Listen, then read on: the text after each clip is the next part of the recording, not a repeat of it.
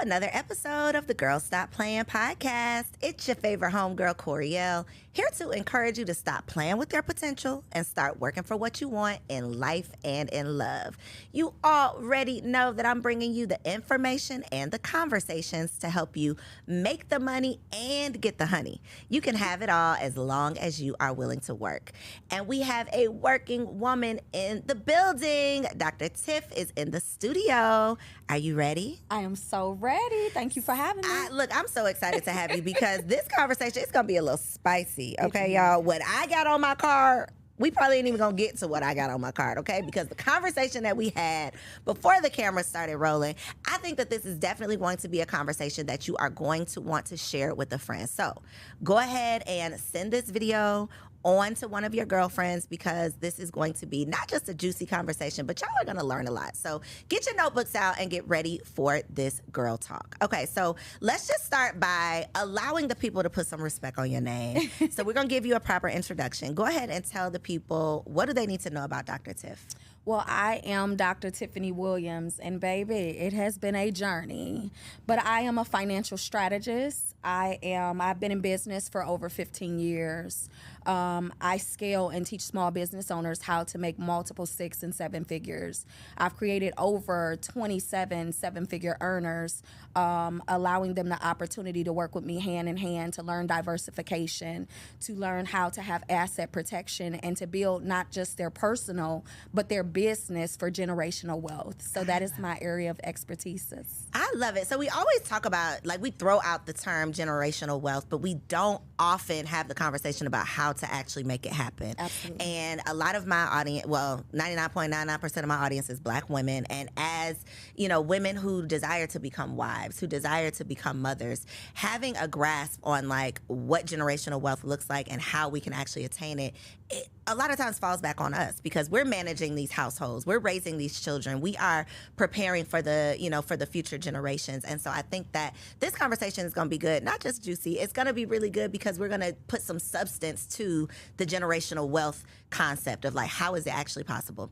But before we get into that, I want to start with, like, the pre-business, because we're going to talk about business, but we got to get in your business too, just a little bit. So before Dr. Tiff, yes, what were you doing? Maybe, like, in these streets. What was you doing, Dr. Tiff? Goodness, before I was Dr. Tiff, honey, I was Tiff. Come on, Tiff. Okay.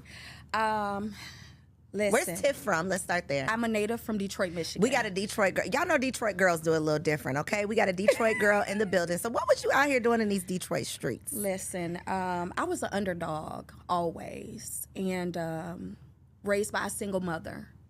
My girl, but was abusive. Very. She was very raw, very hard, very uncut. Just to give you a little example, and it's gonna make you cringe, but my mother done put guns to my head. She done bust a window with my body and hung me out the 2nd floor. I had that type of mother, but I still loved my mother because that's all I knew. And so moving forward. Wait a minute, we can't move forward. Hold on. We got to move forward. Was that a reflection of her childhood? Yes, a reflection of her childhood, her upbringing, and just. Was she a product of abuse? She was a product of abuse. Okay. And she was extremely, anything you could do, I could do better. She was hardcore, she was raw, but she still had a heart. Mm-hmm. And that was the way that she showed love.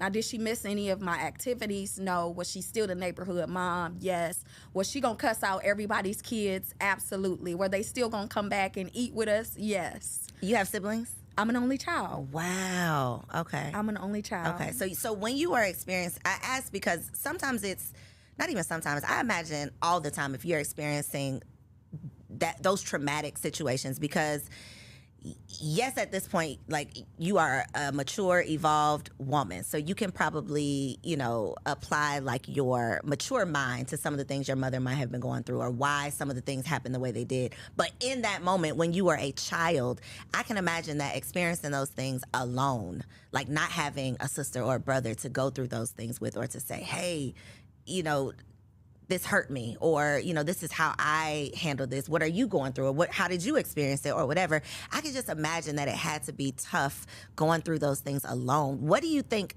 that experience, how do you think that affected who you grew into? It affected me tremendously. And it wasn't until I was in my late 30s that I really got over it. And You're not in your late 30s right now? I'll be 41. Wow, you're looking good. Thank you, sis. Thank you. Okay. Yeah, so it had a lot of wear and tear on me. I was a product of my environment. I thought that was normality, but it really wasn't. I got to experience love from my friends, parents. I got to experience massive love from my grandmother and my grandfather, and my mother's mom as well. But my grandparents on my dad's side, I was more closer to. He's been on drugs since I was 2, so they took on his responsibility and obligation. So I had a form of balance, but it still was, all I ever wanted from her was to be recognized, loved, and appreciated, and to be shown like she's proud of me. And for many, many years, she didn't do that. Even as an adult, I yearned for it.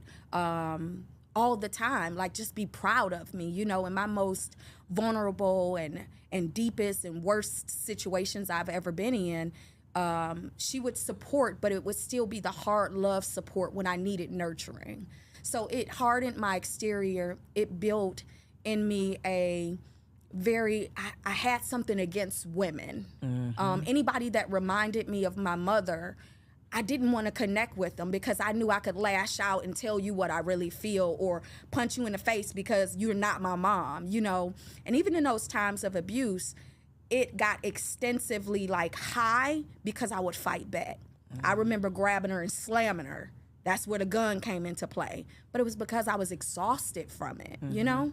But it played a significant part on how I loved my son. I gave him a lot of that because it was something that I was just learned, and I had to realize it was wrong. In my relationships, romantic relationships, I was hard.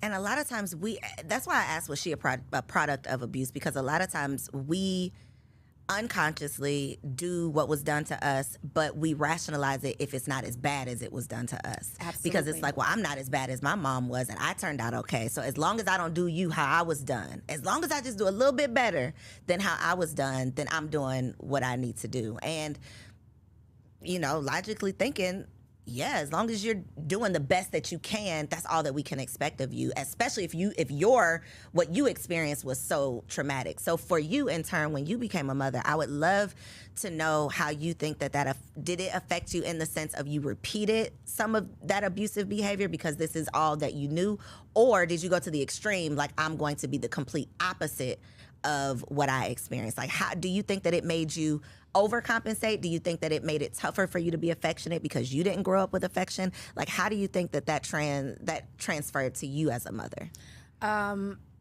It transferred to me, and I gave that same type of love for a very long time.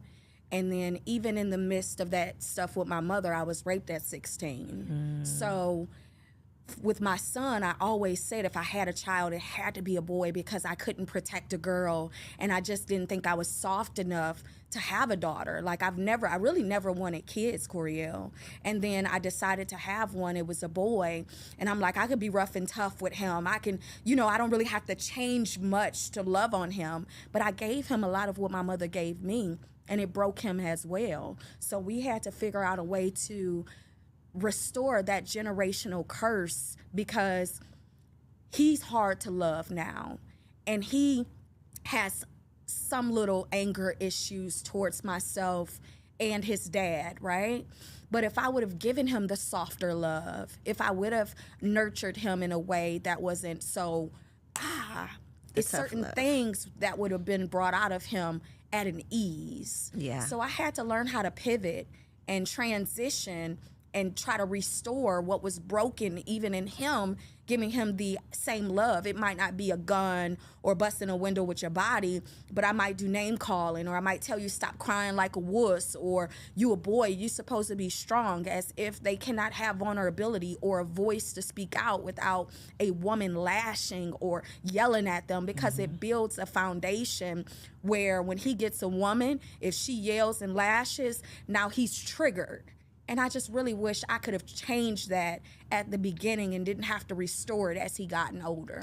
Hindsight is always 2020. I definitely want you to give yourself some grace, because we're so hard on ourselves as mothers. There is so much that we just have to, like, in a 5-minute span, the things that you think about in terms of what you have to do and what you got to make sure is taken care of, and, you know, thinking about what you need to say and how you need to say it and the impact that it might have and how you want your child to take it. And my son is 2, and I'm still thinking about the things that I say and do and what he sees, how it's going to impact him in the future, how he's going to repeat what he saw, how I am the example of a woman to him. You know, it's so much responsibility. That's why, you know, as women, I think that the bulk of the responsibility does fall back on us when it comes to these children, and that is why we have to do all that we can do to become the best that we can, because their lives are going to be shaped by the life that we're living, you know, and what we give. And so I just say that to say I do think that you have to give yourself grace, because you did the best that you can, you know, the best that you could with what you had. And when you realize your best wasn't good enough, you decided, I'm going to make it better. I'm going to do whatever I can to improve even now, you know, what I'm putting out, because you understand the impact. But it's generational. You know, like you said, it's generational. It's a generational curse. We talk about generational wealth, but in order to build that generational wealth, we have to peel back the layers of these generational curses, because a lot of the things that we're subconsciously doing, it comes from slavery. Like things that happened before we were literally even in this body, before we were having these experiences, before we were, you know, here, we were there. Absolutely. And so many of us have not recovered or even acknowledged what we went through when we were there. And so we don't understand that our natural instinct to spank our kids comes from us being whipped. We don't understand that our natural instinct to curse out our children or to belittle our children came from us not wanting the slave master to see any value in this child, because they ran the risk of them, you know, taking them away from us. If they see that they're worth something, you might want to take my baby. So I got to curse him out in front of you, you know, so that you know that he's worthless. And it's these little subconscious things that we don't address, that we don't acknowledge. And then our kids, who are way more removed from slavery than, you know, our great grandmothers, they're dealing with these same things, not even knowing why.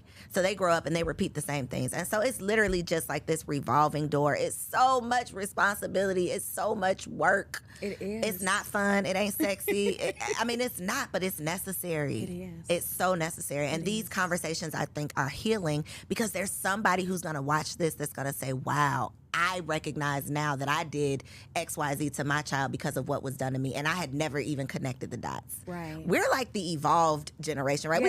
We're going to therapy. Yes. We're gentle parenting. We care about our mental health. Like, we're doing all of this. Our parents weren't there. No. Like, they just weren't. They were not as evolved as we are. And so we have to, I think, give ourselves grace. We got to give them grace. And then we have to see them as just humans. Absolutely. Not our parents who were supposed to be perfect, but just humans who didn't have it all together.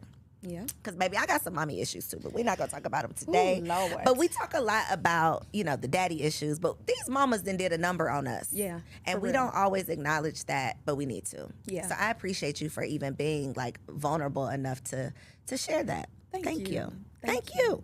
Okay, so let's talk about, I want to get into, like, this wealth building. Okay.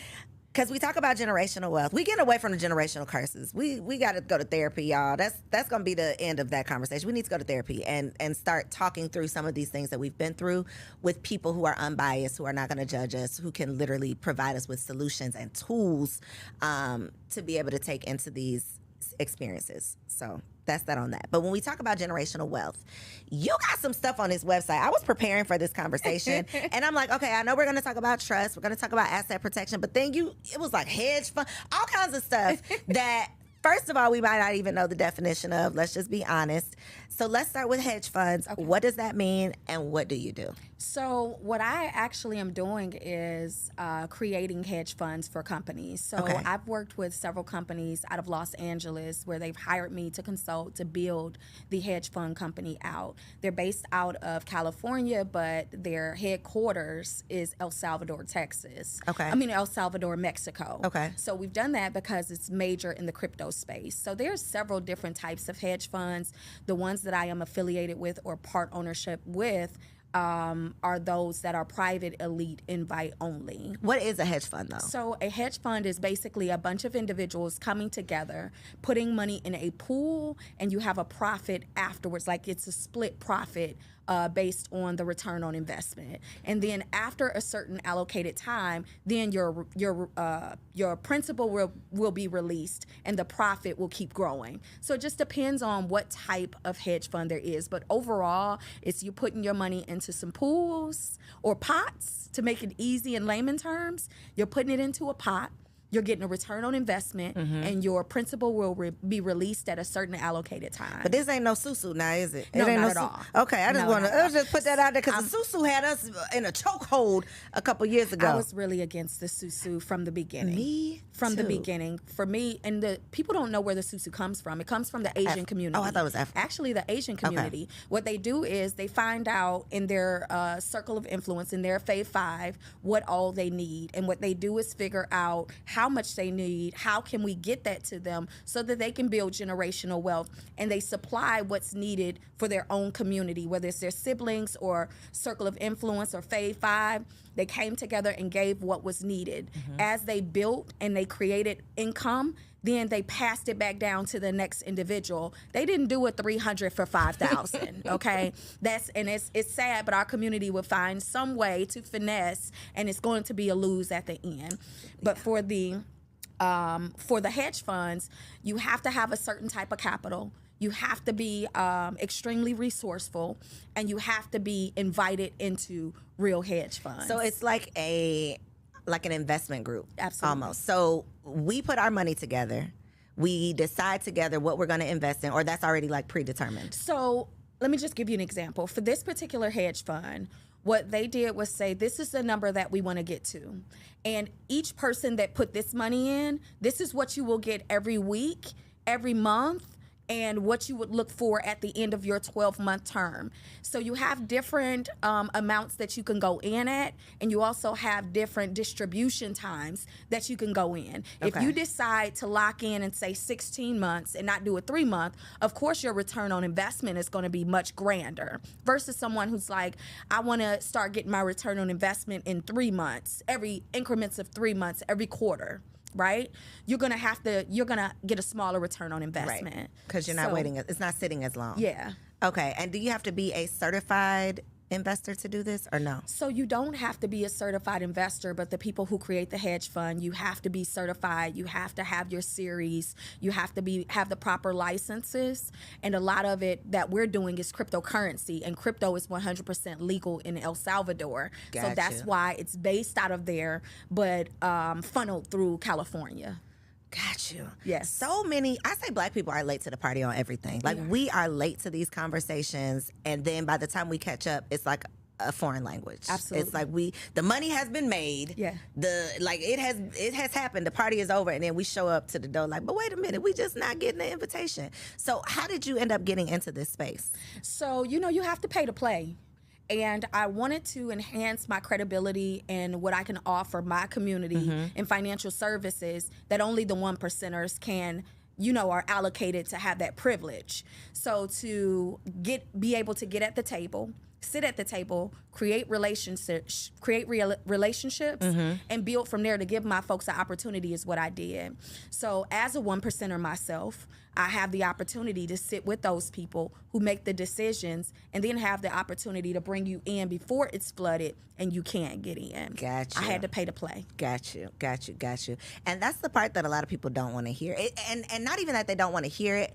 I think that's the part that we don't say a lot because we see people in certain places, but it's just like we see them at the destination, but we don't know like the vehicle they had to ride in to get there. So we want to go to the destination. We don't know what type of car we need to be looking for. We don't know how long the ride's going to be. We don't know how much money we need to put in the tank because they missed that part of the story. They're just like, oh, I'm here now. So I'm glad that you mentioned like I had to pay to play because a lot of people think, oh, you just ended up there or you just knew somebody, which sometimes you do know, and even the person say, okay, but you still got to pay to play. Absolutely. So I think that that's important that you mentioned that part of the conversation. I want to talk about trusts also, okay, because I feel like similar to hedge funds, we hear about these things. Like, it might not be a foreign concept, but you might not really understand the intricacies of it. So talk to us about what trusts are and who might be ideal to need a trust. So a trust, you have different types of trust, but what most people know is the revocable, irrevocable, the charitable, the beneficiary trust, or the business trust. So what I do, I work with the number one company who has created the trust that is backed by the IRS, stamped. They have been through litigation and never lost. So you have to look at what type of asset protection are you desiring? Are you desiring an asset protection that secures you while you're alive, or that secures you while you're alive or deceased? Do you want to have an opportunity to gift your children assets that are non-taxed? While you're alive, do you want to pay taxes on only fun, food, or fashion? While you're alive, do you want to have accessibility for people to know what all you have accumulated, or do you want it to be in secrecy, right? So it just really depends on what do you desire for yourself. For Let me, me tell you what I desire, and then you tell me which one it is. If I want to hide everything I own, not hide. Anonymity. Use anonymity. Okay, if I want to be anonymous with the things that I own, I want to leave something for my children, and I want to be able to benefit now and later.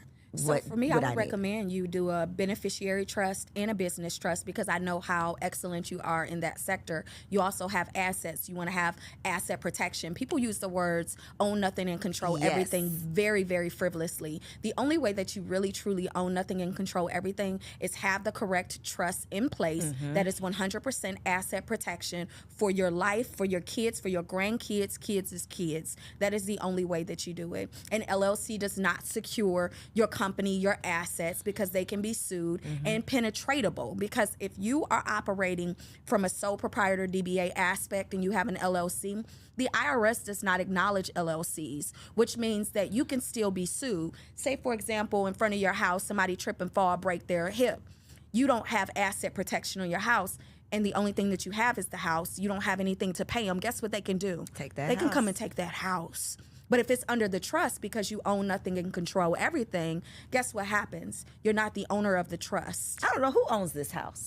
You're not. They would have to figure that out. But guess what? It's under a trust. You have the capability and the ability to make sure that you are 100% protected from your assets to your bank, from your cell phone. My cell phone is under my trust. You know why? Because my cell phone is a bank. You know why? Because I do a lot of cryptocurrency. So for me to have my cell phone under my trust, in the event something happens and they're like, give me your wallets. Well, my wallets is in my phone, and my phone is under my trust, which means my wallets are protected under the trust. I do not own that, right? So can a trust be sued?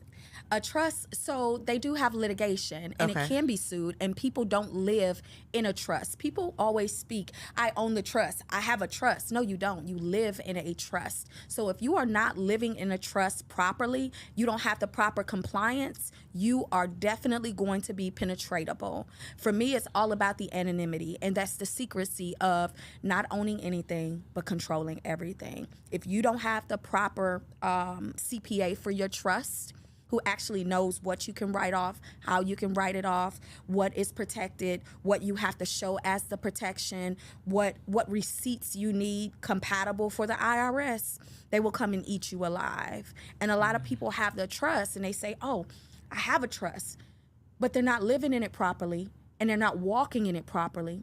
They don't even have it set up properly for the assets that they have allocated for it.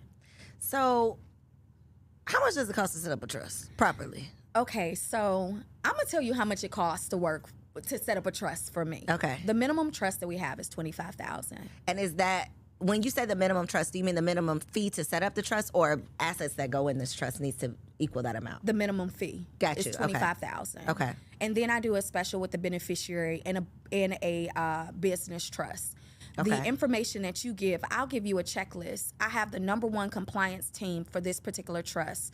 We are the only trust that is a 5-pillar trust that has every intricate detail on the trust sector for asset protection. We have only 14 licensed CPAs to actually excel this trust and be the compliance department for it. There's only 9 of us who are licensed to sell this trust. Not only am I the only Black one, but I'm the second woman. So it's a minimum of $25,000. You have to pay to play. But when I tell you we're going to save you, minimum liability, maximum gain. So in order for that to make sense, in order for me to invest $25,000 to set up this trust, what is a reasonable, like what position do I need to be in for that to make sense for me? Because obviously if I don't own property, or if my business is not profitable, like what's the ideal person that makes sense for? So it wouldn't make a beneficiary trust would make sense for anyone, even if they aren't owning a property yet. Okay. But if they're looking to get one, whenever you get your first property, you need your trust. If you start that business, you need your trust. But I always tell people the quality of life that you desire will come from how you structure it. A life without an agenda has no structure. I saw that on your website. I said, oh, that's good. That is good right there. Yes. Yeah, so you got to prepare for it. And if you're walking in alignment with your purpose, your passion, and even how the direction you desire to go into with your family structure, then the trust is necessary. Because one thing about a trust, you don't have to wait for the courts to say, hey, my children can get this. They're not double taxed. When you have the proper trust, you're only taxed on fun, food, and fashion. You pay yourself a salary through the trust. And everything that is fun, everything that is food, everything that is fashion. But when you have the right compliance, say you bought a yacht, but it was for fun, but you rent it out 6 months out of the year for people to rent as a business, right? So it could pay for itself. That would not be considered fun anymore. That would be business. That's a 100% write-off. Say you purchased a vehicle. Everybody loves the G-Wagons, right? The weight of the G-Wagon allows you to be able to write the entire thing off, right? But now in 2023, they've changed the rules. But what happens when you just stick your magnets back on there? Now the rules are back to your advantage. So you have to have the proper compliance departments to teach you how to actually live in it to benefit. Because if you're making millions and you're only paying taxes on fun, food, or fashion, the $25,000 to $45,000 that you pay for the trust, look at what you're saving annually. Long term. You ever been audited by the IRS? I have not been audited by the IRS, and I have been an accountant for over 12 years with under 1% audit rate. But you've worked with people who have been audited. I have. What makes people get flagged? The IRS, you have to tell a story.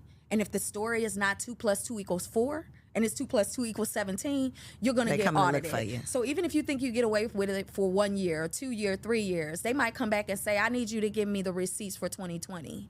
They already tell you that you have to keep them for 7 to 10 years. If you don't keep them, then guess what you have to do? You have to pay it back. So you have to make sure the story you're sharing is truth.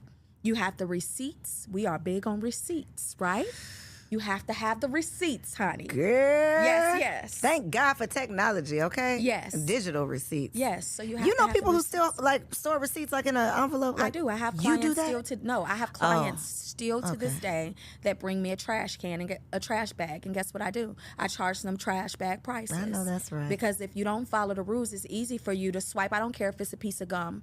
My business clients for accounting, I only do for $4 million. They have to be at $4 million and above for me to do their business accounting work.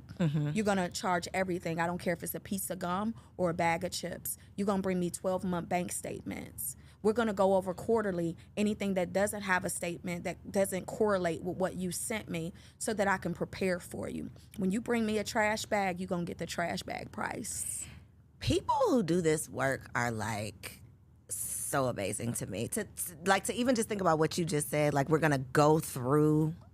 When my accountant want to get on the phone and ask me about that $4 that I pay, I just be like, just forget it. I'll pay, like, whatever I got to do with the $4.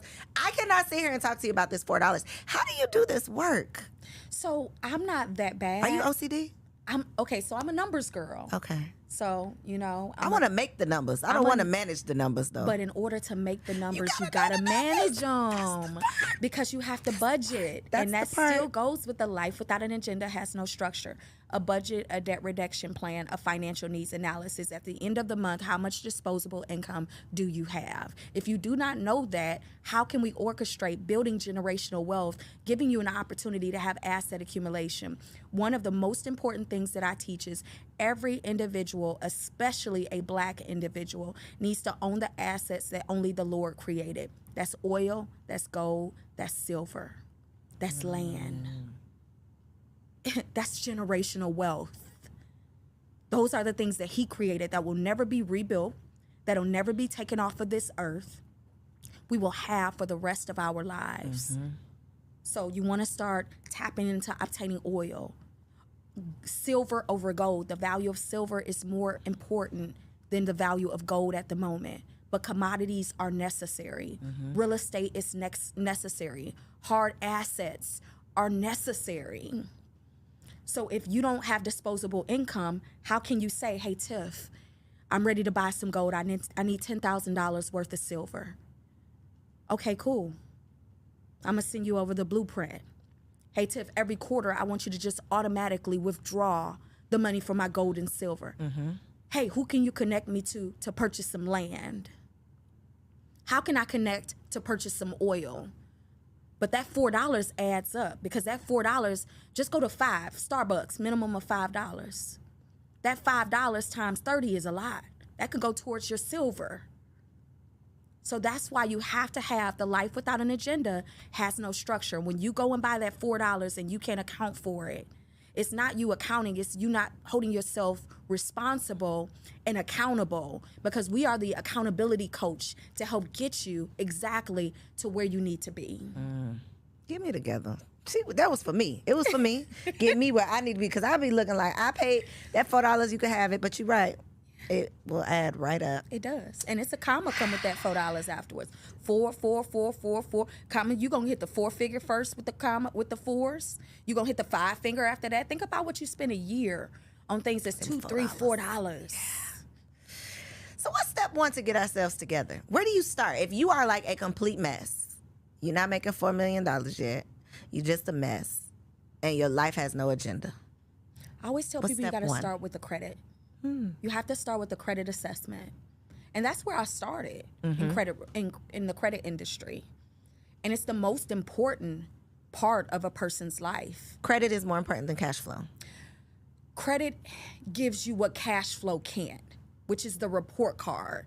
Because you can come with $1 million and I can come with $100,000, and you can have cancer and I could not have cancer, but I'm gonna get the insurance policy. How effective is your cash flow over my cash flow and my health? So the credit gets you in places that cash flow cannot, because of the paper trail of excellence that comes with credit. That is your heartbeat to your report. That is your financial report card. That tells the creditors and individuals how responsible you are financially.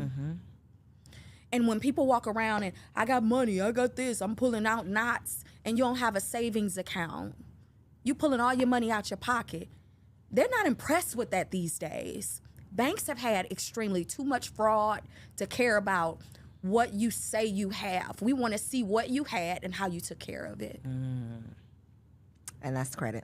Absolutely. That's that report card. Absolutely. So if your credit is messed up, where do you start? Then where do you start? You got to fix it. You got to start with fixing it. Restore your credit. And yes, it's a lot of people out here that do it, and it's a lot of fraud out here. But it didn't take you overnight to mess it up. You got to find the correct resources, and it's not going to take overnight to fix it. Because what they misconstrue frequently is that I'm about to go and get my credit cleaned up, and I'm about to have a 750 credit score in 35 days because that's what they said. But what about your debt to income ratio? That part. What about your credit limits that you have that are new or old? What about, are you paying the existing accounts that you have? Are you paying them on time? What about those things, right? You have a soft credit score and a hard credit score. You have people who have nothing on the credit go and get 3 $1,000 credit limits, and they're at a 750. Do you think that 750 is credible? Absolutely not. That's a soft 750. You hold the same weight as somebody with a 600 credit score or 550 because you don't have the history, You just accumulated the accounts. And what is it that's comparable to what it is you're desiring out here in the world to complement your $1,000 bubblegum credit card? Not bubblegum credit card. Have you paid for a car $50,000, $70,000? Do you have a mortgage under 30%? You only owe 30% on it. Do you have credit cards, 30, 50,000, lines of credit, 30, 50,000, that you've paid under 30% utilization? So what makes you think you're credible because you have $1,000 credit cards and a secured credit card for $500, but you want $1 million in credit right now and you have not earned it? So it's not quick. It's not microwave. It's going to take time. Absolutely. And patience. Absolutely. What is your thought on this Fed Now thing? Elaborate. The Fed Now federal cash app, electronic money. I don't know. Are you speaking about them keeping track of everything? No, the isn't it called Fed Now? It's like the Fed Now digital currency. It's like their version of like a Zelle that's supposed to be rolling out this summer. So even with the United States doing a cryptocurrency, right? They want their coins. Their coins has to turn in, their contacts have to turn into coins, right? They want their coins. All of this new cryptocurrency for United States, Fed Now, Zelle, they want a piece of the pie, even though they're getting a piece of the pie from the Cash Apps, the Zelles, the Coinbases. But crypto is decentralized, and it's decentralized for a reason. So you have the pros and the cons to that, because the con is, if they shut down on you and your money is there, you have no customer support to call. You're just 100% out of your coins, right?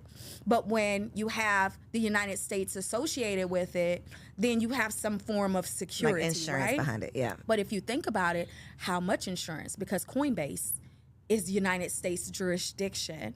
You get a 1099 from Coinbase. Coinbase just shut my account down a few months ago and told me I can't do a withdrawal or deposit when all the stuff was happening on CNBC with the banks. Luckily, I didn't have anything in it. I had it in my real crypto international banks. But what if I would not have withdrawn my money? I would not be getting anything until they're ready to release it. So you have to look at the statistics. For me, I pay attention. You know how I follow money? I follow money from wars. If it's a war, it's some money. Think about how high deficit we are in the United States when it comes to the FDIC controlling our money. We owe China over $23 trillion.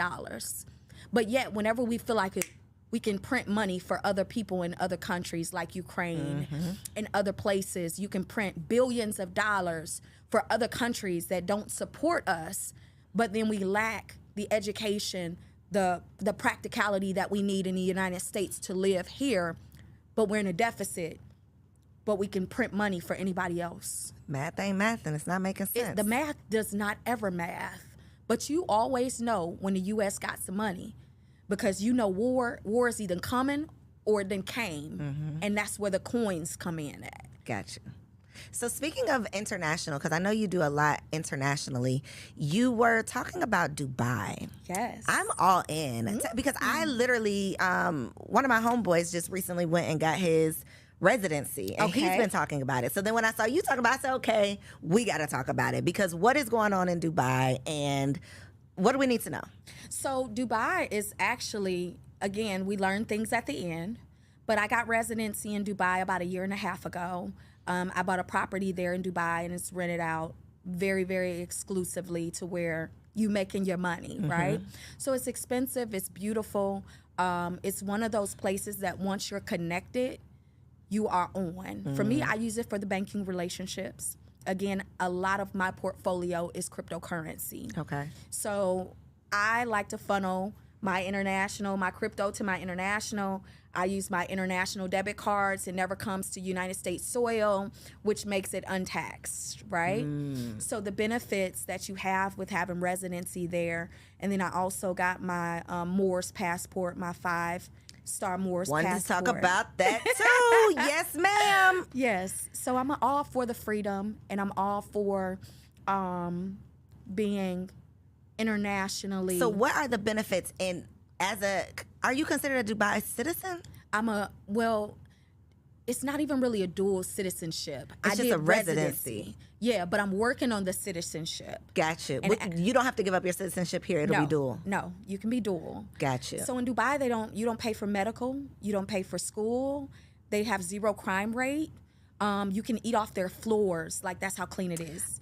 I tell everybody, Dubai. I went to Dubai for my 30th birthday, and that is one of those places that I just feel like everybody has to experience that. It's like a movie. Like, literally, you're living in a movie, and it's so unbelievable. It's so unlike anything we have here in America it's like mind-blowing, mind-boggling. So when I'm seeing this mentioned, I'm like, it's piquing my interest because, you know, now that I have kids to think about, I'm always like, what makes the most sense for them? And, you know, American schools are just like so awful that I'm always considering. So that's what I was thinking about when I saw your Dubai. Like, would this be an alternative for children? Depending on how you want to bring up the kids, Coriel. For me, I really am in a position in space where I'm like, every couple months I want to go somewhere different. I was trapped for so long. I want to experience new cultures, eat different foods, speak different languages. Yeah. You know, just encounter diversity at its finest. Mm-hmm. So it was more so about me creating banking relationships and being in the backyard of people who I do business with on the crypto side heavily. Gotcha. That's what it was about more for me. And then having that ownership and properties international, that's not the only place that I desire to have properties. Right. Because when I want to go, I want to go. If I say, you know what, I want my office to be in Paris, which Paris is not one of my favorite places, but I want my office there for 3 months. I like blue water and white sand. I want to be able to go wherever I desire to go and still make my money through the airways. Gotcha. Was purchasing property a requirement for the residency? No, but it helped. Got you. It helped. Okay. Yeah. Okay. Because I didn't get the 1 year, 3 year. I did the 10-year residency. It gives me funding capability. It also gives me really good banking relationships. But it gives you an opportunity to have access to things that visitors could never. Got you. Yeah. Okay. And some of it is G14 classified. I was about to say, okay. Yeah. I see you tiptoeing on the marble floor. Okay. Yeah, I could give it to you afterwards. Okay. Is the more, what did you call it? The Moore's Hold on, passport? let me tell you what I put on my notes. Sovereign citizenship. Yes. That is what I would like to say. Is that G14 classified? But we could talk about it. Okay, let's talk about it. Because, go ahead. Yeah, go ahead. Come on, give it to me. So this is one of those me and my husband, we be all in on this stuff, okay? We be like, oh, we could do it, but then we ain't do it because we got a little scared. So when we were having our first son, we had the conversation around like, are we gonna get him a birth certificate? Because we were supposed to have a home birth. Mm-hmm. Didn't work out, but we were supposed to have a home birth. So in our minds, we weren't going to the hospital. So in our minds, we didn't necessarily have to have a birth certificate because we've done all this research around, you know, how you are enslaved once you have a social security card. And how, you know what the internet be saying, what Absolutely. they be saying on YouTube, right? So we were YouTube researching all of the things, and we were trying to figure out how we could have all the rights without being a slave to the system, which in my mind, the only remedy for that, which was this sovereignty.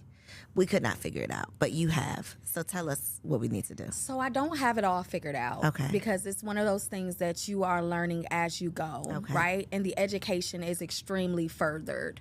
A lot of the social media woke people and those who are acting like they're sovereign, they're going to go to jail.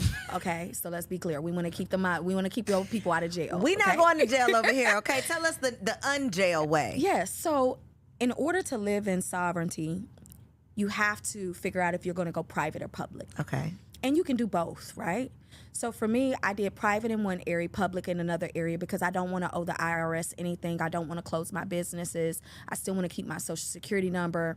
And I still want to be able to actively not be dissolved, but I also used it to my advantage with certain things that I'm still not even done with yet. Like I haven't sent my letter over to the Secretary of State. I haven't sent my letters over to the DMV for my driver's license, because honestly, if they pull me over and they read and I pull up and I come up, they're gonna let me go, right? I don't have to have a license plate. I don't have to have a driver's license because I'm not driving. I'm passing through, right?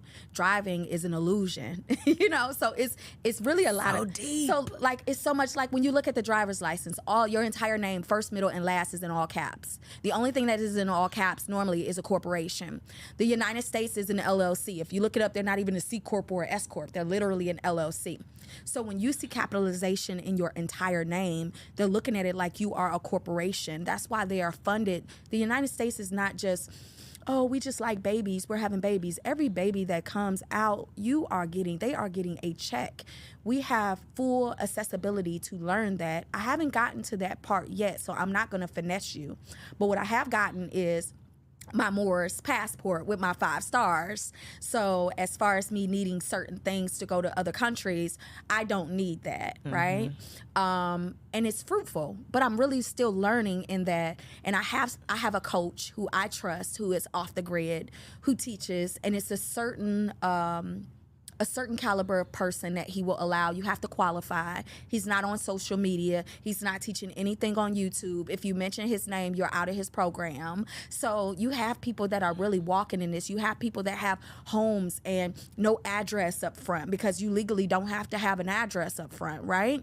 So there's a whole walk when it comes to the sovereignty side. And for me, I am not ready to be fully private. Because if you're fully, from my understanding, is that when you basically kind of give up your rights? That's when you can't travel and you can't work a job, or am I wrong? You Please could correct travel. me. You could travel. You could work a job. Okay. Because it's certain documents that when you hand them that, they're gonna be like, "Oh, we don't take that. We don't this. You want to get sued? You better go to your attorney and figure out how you can make this play happen. Because legally and under the Constitution, this is what I belong to. This is mine. This is my right, right? But the education is so deep.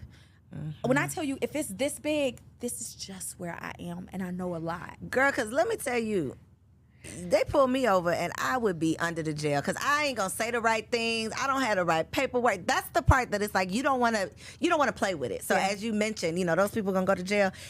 You probably will if you don't really know what you're talking about. But you won't know what you're talking about until stuff happens, because nobody has like this book of A to Z. So when I go to my coach about stuff, right, he'll say, oh, okay, well, that happened. Send it over to me. Let me review it. I'm going to tell you what to do next, how to do it, whatever, right? Oh, this happened in the airport. Like, if I go places and I show my Moors passport, they be like, who are you, the Princess of Zamunda? You know what I'm saying? It's like, it's so unbelievable. Serious. Yeah. It's serious. So, like I said, if it's this big, sis, this is where I am, and my knowledge is growing every day, and it's really living in that as well and experiencing it. But I would be lying to you if I said I just hold all the juice. Yeah, but for you real. got a little drip though. I got a little drip. But so that doesn't affect. Obviously, that doesn't affect the business that you're doing and the trust you have. And No. Gotcha. Not at all. Gotcha. Because you don't own the trust. Remember that. If you own the trust, you could be found. So what's your relationship to the trust? Like, legally, what is your relationship to the trust? So your relationship to the trust, you will add beneficiaries, right? But you are the trustee. Okay. Right? Gotcha. So, no, I'm saying that wrong. You will have a beneficiary, but the trustee is the person who creates that for you, right? So that's not you. No. So you have like the company, right? The company that creates the trusts. They are the owners of the trusts, for real. Okay. But you hold the weight. Okay. You just can't say you're the owner of a trust. Because nobody you live owns in the trust, technically, right? Right. The company owns it. Right. Girl, I'm confused. Girl, I'm going to have to... Okay. I got some good info for you I'm going to give to you. Okay. Right? Okay. I got some good game I'm going to give to you. Please give me the game, but not the game that's going to get me in jail. I'm never going to get you in jail. Okay. But I had to just let it be known. There's a lot of people that are really with this woke and private and public, and they're all over social media, and they're doing YouTubes, and they're doing these classes, and they're charging. It's a couple of them that are super dope. But when you are trying to protect yourself and others, you really want to be a little quiet. So you have to be careful with those who are making a lot of noise in that area, simply because the ones that's making noise does not know the real value. Otherwise, they wouldn't make noise. They'd be a little bit more. And they would be very conscious as to who they're educating, because one thing about it, when the black and brown people get a hold of it, it's already flooded. Wait, so this is not just a black and brown people thing? Not at all.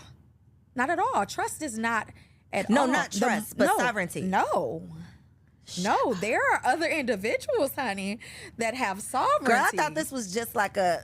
Wow. No, ma'am. Okay. No, ma'am. Okay. It is a wealthy thing. Okay. Yes. Learn something new every day. Yes. So do you help the people do these things? I do. Okay. I do. So in 1 second, I'm going to have you tell the people how you can help them do that. But really quick, you said it's like, don't even come calling if you don't have $25K for the trust.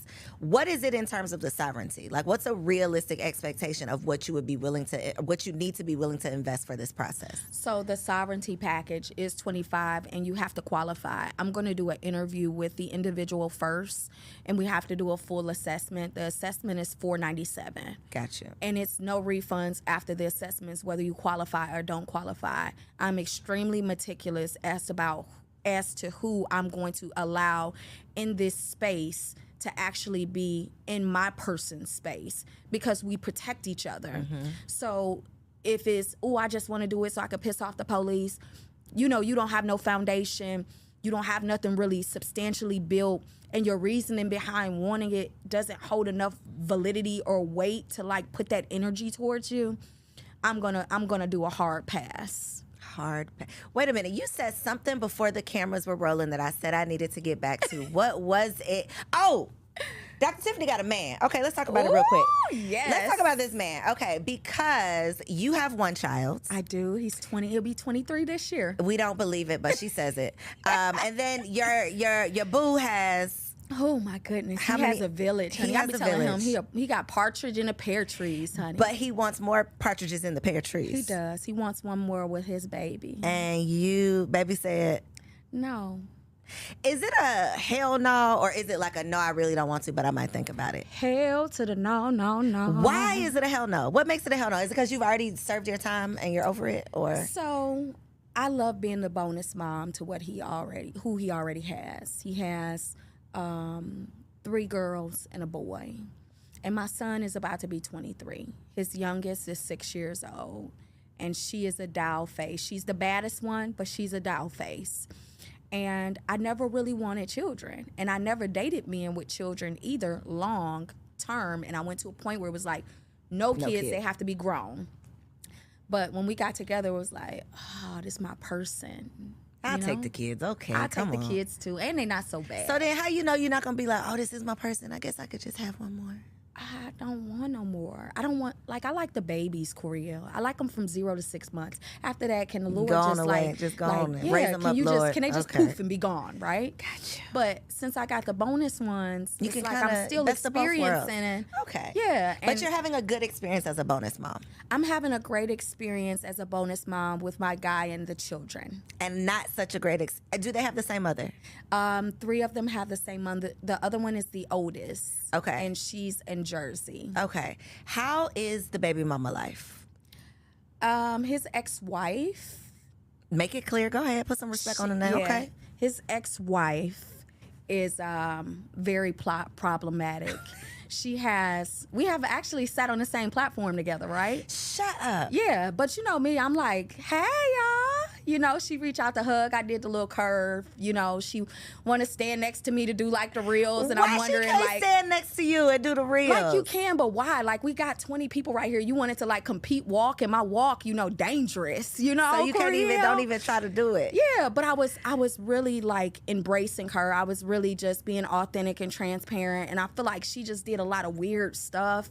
And your experience with your ex-husband has nothing to do with me. And if it was that bad, the research that you put into trying to figure me out and, see this and see that and calling them with it, I just want you to just get you a life, enjoy it, because I'm really good to your children. And I'm not problematic about, right? with you.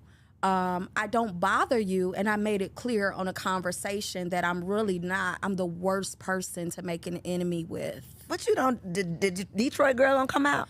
Slightly, but it comes out extremely professional, and it also comes out heavy. Girl, you It get them comes out together with heavy. you got a corporate get them together. I got a corporate get them together.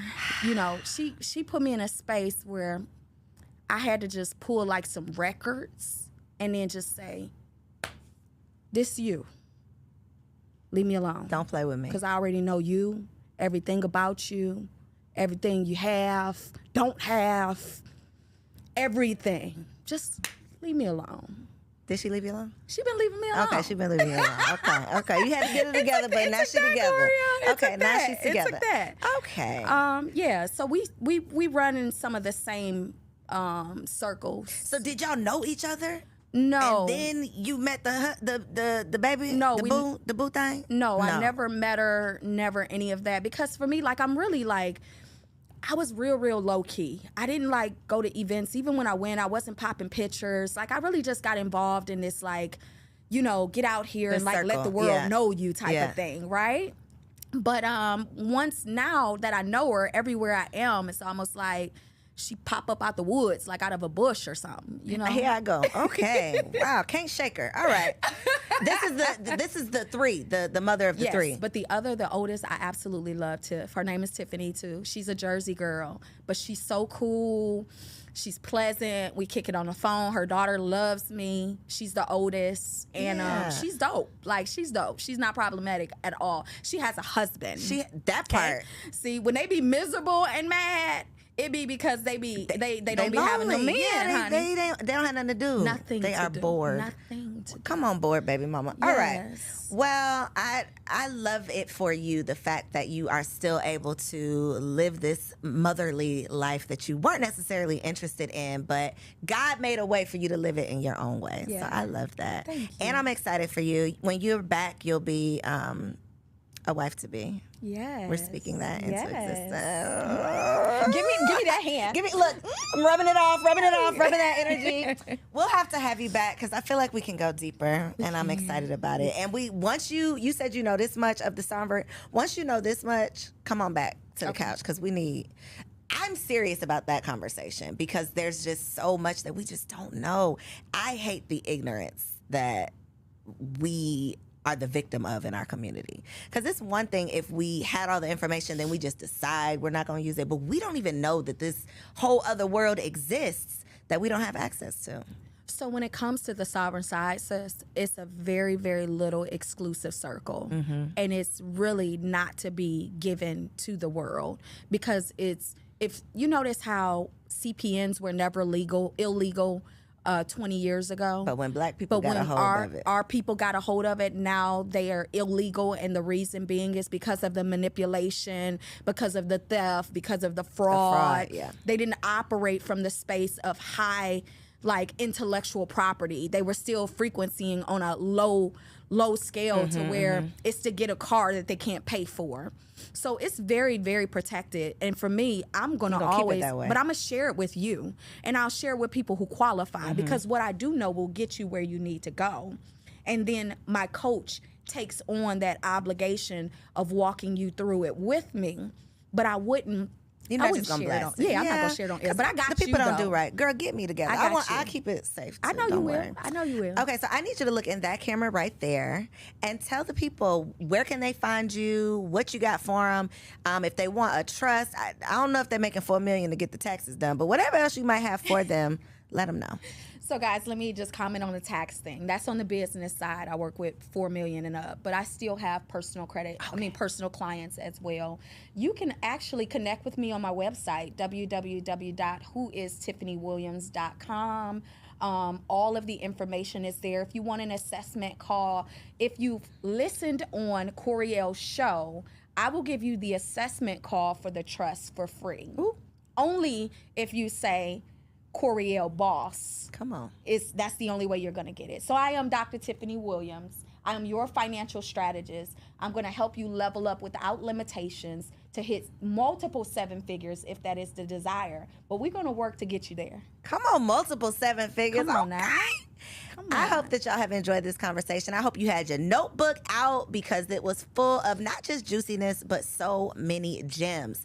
Y'all, there is no excuse for us to continue to be late to the party on these conversations. You have just learned something, and now I am challenging you to turn around and teach someone else. Make sure you like this video, comment below with something that you learned, and subscribe to the channel so that you don't miss out on any more amazing guests. I love you, and I'll see you on the next episode. Peace. If you enjoyed that episode, make sure you subscribe to the channel so you don't miss out on any upcoming content, and take it a step further and go ahead and join our private community over on Patreon because it comes with some pretty bomb perks, including early and discounted access to our upcoming events, behind-the-scene exclusives with some of your favorite guests, the opportunity to call in on an upcoming show, the chance to vote on topics and guests for brand new shows, and I'm even giving you unlimited access to my vault of business classes where I'm teaching you everything from Airbnb to developing digital products and everything in between. And you can get access to our Patreon for as little as $5 a month, okay? Get in where you fit in, and I'll see you on the inside. Peace.